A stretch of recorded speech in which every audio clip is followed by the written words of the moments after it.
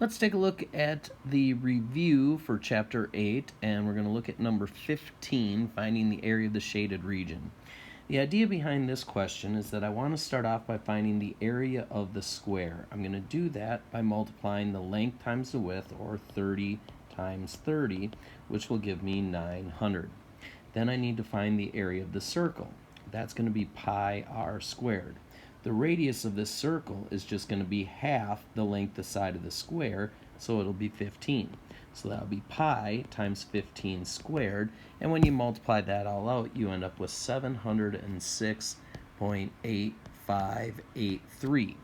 Now, you need to take 900, the area of the square, subtract the area of the circle, and that will give you the area that's in between the circle and the square.